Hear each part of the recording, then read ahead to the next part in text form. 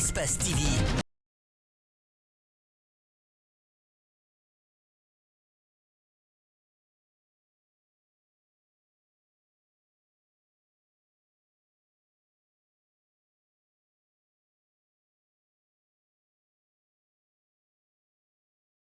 Dans l'actualité de ce samedi 12 mars 2022, les boulangers de Guinée invitent l'État à mieux assurer leur sécurité.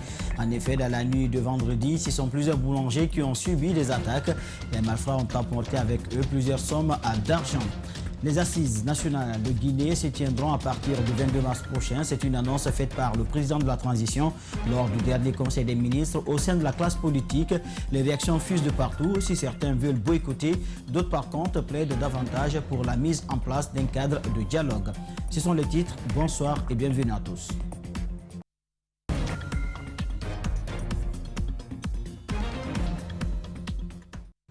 Je vous l'annonçais tout à l'heure dans le sommaire, plusieurs boulangers ont été victimes d'attaques et de vols dans la nuit de vendredi à samedi dans le secteur Maboya, dans la commune urbaine de Dubrika. Plusieurs sommes d'argent ont été emportées par les assaillants. Face à cette insécurité, les boulangers interpellent l'État pour la sécurisation des citoyens et de leurs biens. Rosaline Gotomonimo, Ibrahima Souri 5 Souman. Ce sont au total 6 boulangeries, une boutique et 2 concessions appartenant aux boulangers qui ont été attaqués et dépouillés dans la nuit de vendredi à samedi à Kindiadi, secteur Maboya. Ils ont emporté avec eux d'importantes sommes d'argent, des téléphones et une grande quantité de levures pâtissières. Ils ont trouvé nos enfants, nos travailleurs arrêtés sur les escaliers ici. Ils ont pris leur téléphone. C'est un voisin ici. Lui encore, ils ont pris là-bas de l'argent, 2 millions et quelques. Moi ici, ils ont pris mon portable avec 395 000. On a un autre boulanger encore en haut ici. Là-bas encore, ils ont pris beaucoup de choses. Et 5 millions dans une autre chambre, 2 millions dans l'autre chambre, avec 4 téléphones, avec un powerbank. Les assaillants seraient des hommes habillés en tenue militaire. C'est aux environs de 2 h du matin que ces derniers sont passés à leur sale besogne. Ils ont venu dans le four ici. Ils étaient arrêtés au niveau du four. Ils m'ont frappé 2 coups. Ceux qui nous ont attaqués, c'était des hommes armés qui étaient en tenue militaire, qui étaient une dizaine de personnes. Certains étaient cagoulés. Il y avait un autre qui avait une tenue de police. Informé de cette attaque, le président de l'Union nationale des boulangers et pâtissiers de Guinée s'est rendu chez les victimes. Il compte rencontrer lundi le ministre de l'Hôtellerie, du Tourisme et de l'Artisanat sur leurs préoccupations. Si rien n'est fait, l'Union promet de passer à la vitesse supérieure. C'est très facile à résoudre parce qu'à 2 jours seulement, ça suffit. Ils vont comprendre parce que surtout la Guinée est-elle de four. On attend. Je crois que les autorités vont savoir que vraiment les boulangers sont victimes de quelque chose. Depuis des semaines, les boulangers menacent de déclencher une grève suite à l'insécurité dont ils sont victimes ces derniers temps dans le pays. Il reste à savoir si les autorités prendront en compte leurs réclamations. Dans une récente sortie, le président de la transition a pointé du doigt des opérateurs économiques qui favoriseraient la pénurie en stockant des marchandises puis les revendre plus cher. Réagissant à ces propos du président, les opérateurs économiques se disent surpris et estiment que les raisons de la pénurie se trouvent plutôt ailleurs. Ils sont cependant en train de travailler afin de revoir les prix à la baisse sur le marché et cela avec l'implication de l'État. André Mouché-Milimono, Ibrahima Souri Camara pour plus de précisions. Les populations guinéennes continuent de se plaindre de la pénurie et de la cherté des prix sur le marché. Le président de la transition n'est pas allé du dos de la cuillère. Il pense que la pénurie est favorisée par des opérateurs économiques. Ils achètent plusieurs stocks de marchandises, les gardent, puis les revendent à des prix très élevés lorsque la demande augmente. Les opérateurs économiques se disent surpris de cette accusation. Nous nous sommes rendus compte que le président n'était pas bien informé. Et aucun commerçant ne peut stocker sciemment sa marchandise et attendre une occasion pour la vendre. Donc ce qui n'est pas du tout réel. Avec la sortie du président, nous nous sommes rendus compte peut-être qu'il n'est pas encore bien informé de la situation. Selon Souleymane Diallo, les raisons de la pénurie sont d'ordre national et international. Les opérateurs économiques n'y sont pour rien. D'ailleurs, ils ont du mal à écouler leurs marchandises en raison de la flambée des prix.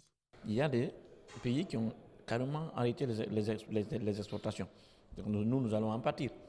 Il y a un changement sur le plan international qui ne dépend pas de l'État guinéen, qui ne dépend pas du commerçant guinéen. Nous nous conformons à cela. Et aussi, on a des problèmes au niveau de l'assurance, au niveau de la DDI, au niveau du port autonome de Conakry, au niveau de Bolloré, au niveau de la compagnie maritime, au niveau de la douane. Donc il y a les valeurs, il y a les tout, des droits et taxes. Pour une meilleure issue à cette situation, à l'approche du mois de Ramadan, cet opérateur économique suggère.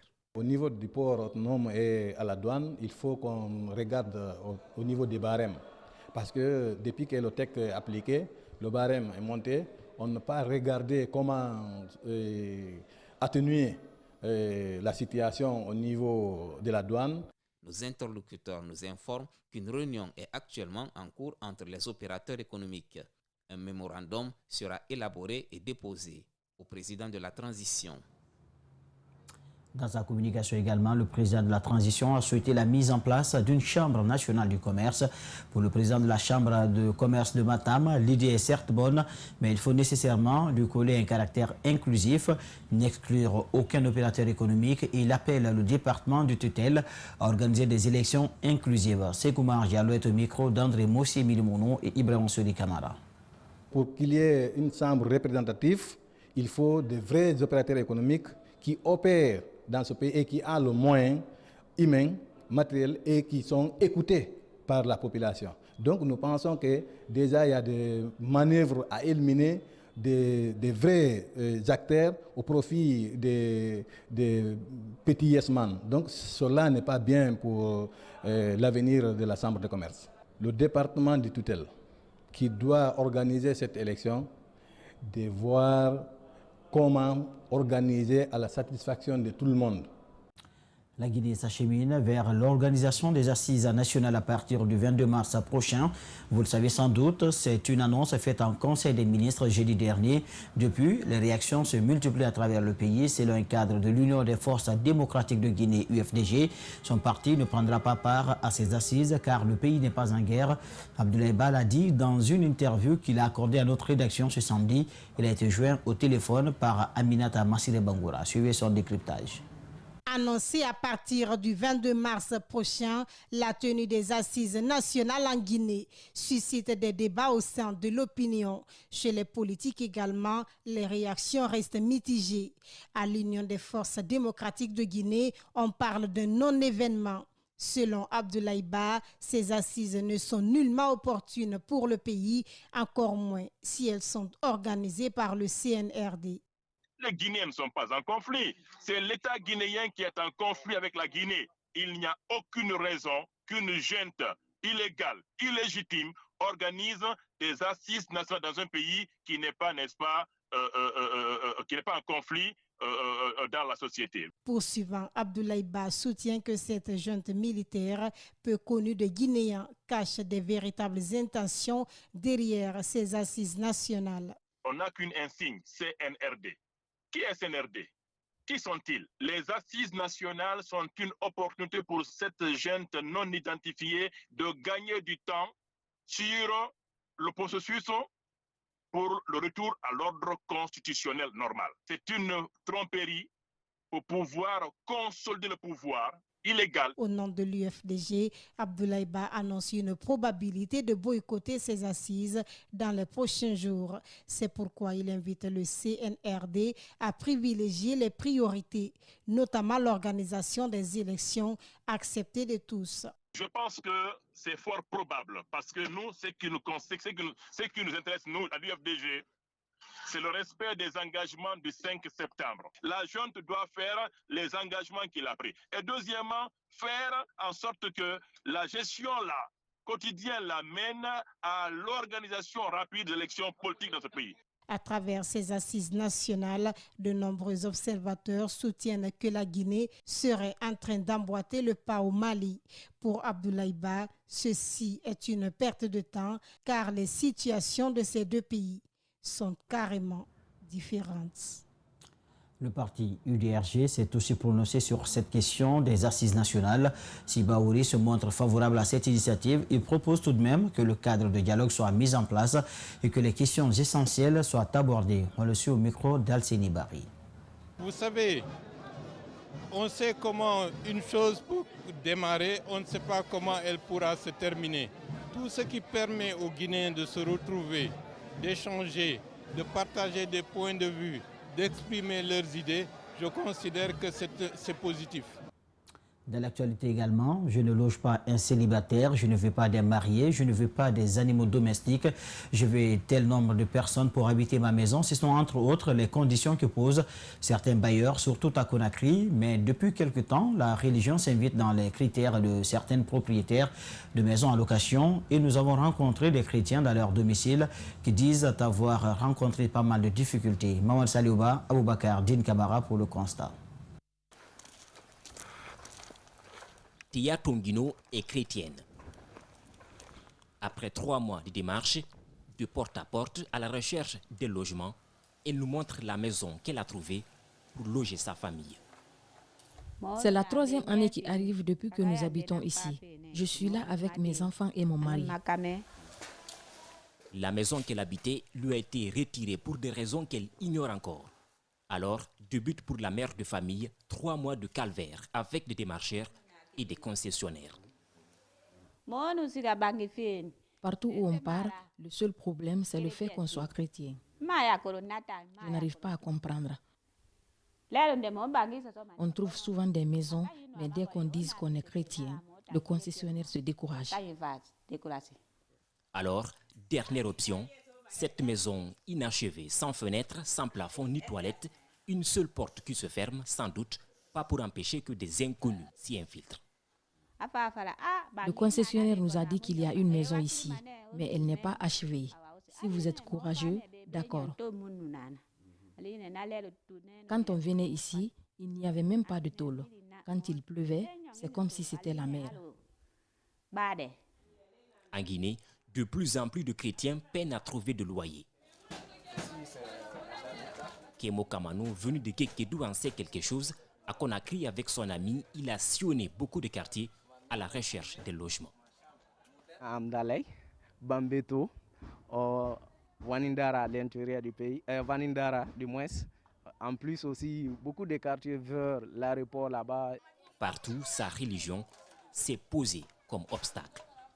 Il y a de ces personnes qui m'ont rejeté parce que je suis chrétien. Il avance des idées en disant que tous les forestiers, c'est des gens qui boivent de l'alcool. Donc vouloir les faire loger à la maison, c'est-à-dire ils vont transformer ces virus à ces enfants.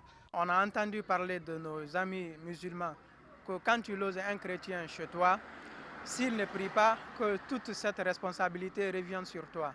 Kemo Kamano et son ami vont passer 3 mois à la recherche d'une maison avant de trouver cette pièce avec cette concessionnaire musulmane qui estime que personne ne doit être discriminé pour son orientation religieuse. Nous avons tous le même sang, donc nous sommes de même père, même mère. Aujourd'hui, je vis très bien. Et là où nous sommes, la famille, malgré je suis chez les musulmans, mais quand ils préparent, on me donne même à manger. On me prend comme étant élément de la famille. Donc je remercie le bon Dieu. Kamano et son ami ont dû être patients. Il rappelle que dans cette difficulté de trouver un logement, ils sont loin d'être les seuls. Les étudiants de l'Institut supérieur du commerce et d'administration des entreprises ont tenu ce week-end des journées portes ouvertes au sein de l'Institut. Ces 2 journées qui ont débuté hier vendredi ont été une occasion pour ces apprenants d'exposer leur savoir-faire en présence de plusieurs hauts cadres du gouvernement et aussi de formuler des plaidoyers en faveur de l'ISCAEG. Bernard Koudouno, Aboubakar Din Kamara pour le compte rendu. Fruit de la coopération guinéo-marocaine, l'Institut supérieur du commerce et d'administration des entreprises en Guinée, spécialisé dans la formation des managers et gestionnaires d'entreprises, a tenu ses journées portes ouvertes pour exposer les différentes offres de formation de l'Institut et aussi permettre aux apprenants de s'exprimer sur la diversité culturelle du pays. C'est une opportunité pour nous étudiants de nous mobiliser, d'exprimer nos talents dans les différents domaines scientifiques, artistiques et culturels. Et une occasion pour témoigner de la qualité de la formation que nous recevons. Plusieurs activités sont prévues autour de ces 2 journées. Une autre occasion pour les encadreurs de l'ISCAEG d'amener ces étudiants à s'adapter au monde de la concurrence. On les met à l'épreuve pour voir dans quelle mesure ils peuvent appliquer leurs connaissances en matière d'organisation. La première journée a connu la présence de plusieurs personnalités et ministres, dont celle de l'enseignement supérieur. Aux étudiants, la ministre a lancé une invite à travailler pour relever les défis auxquels l'Institut est confronté. Je voudrais alors profiter de l'occasion pour vous encourager à réfléchir sur les principaux défis qui se posent à votre institution, dont l'amélioration de la collaboration avec l'ISCAE de Maroc, l'accroissement de l'offre de formation, surtout dans le cadre de la mise en place des programmes de master, mais aussi l'insertion socio-professionnelle de vos étudiants. Ce samedi, les activités se sont poursuivies par une conférence-débat au cours de laquelle plusieurs thématiques ont été développées par des experts en entrepreneuriat. C'est de les encourager, leur dire foncez dedans. L'entrepreneuriat, c'est un tout. C'est comme un battement de cœur. Il y a des hauts, il y a des bas, mais tant pis, c'est ça l'entrepreneuriat. Il faut oser, il faut y aller. On a beaucoup parlé de l'entrepreneuriat, on a motivé les jeunes étudiants à se lancer, à innover, à créer. Face à leur ministre de tutelle, ces étudiants ont profité de ces activités pour faire des plaidoyers, notamment sur le retard dans la délivrance des diplômes des étudiants sortants et le manque de directeur général suite au décès de l'ancien en 2021.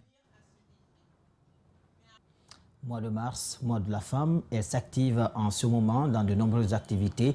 Celles de Bonfi dans la commune de Matam ont préféré par exemple renforcer leurs capacités pour leur autonomisation. L'initiative consiste aussi à faire mieux entendre leur voix auprès des autorités. Djibril Ba commente les images de Mohamed Bangoura. La femme est le baromètre de la société, dit-on le plus souvent. Des femmes de Bonfi dans cette dynamique acquièrent des connaissances à l'occasion d'une rencontre. Une rencontre indispensable, explique leur formateur. On va former ces femmes, on va leur dire qu'est-ce qu'il faut pour pouvoir se prendre en charge, qu'est-ce qu'il faut pour devenir plus autonome.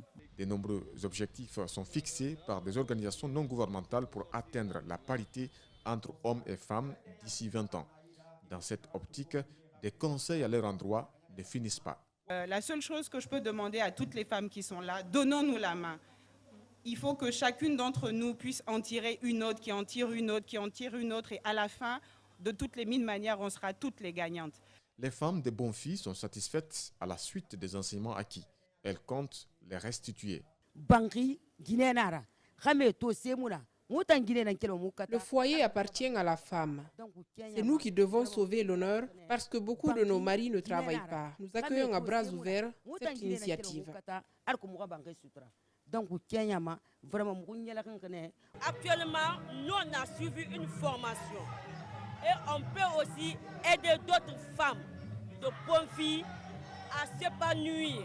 Le mois de mars consacré à la femme, cette couche féminine ne veut donc laisser aucune opportunité pour faire des plaidoyers. Ce journal a été coordonné par Mohamed Valek Touré et dirigé à la régie par Lamine Sidibé, Fanta Giré et Melika Sitan Otayek. Merci à tous de l'avoir suivi. Prochain rendez-vous avec les infos, c'est à 22h. D'ici là, je vous souhaite de passer d'excellents moments en compagnie de nos programmes.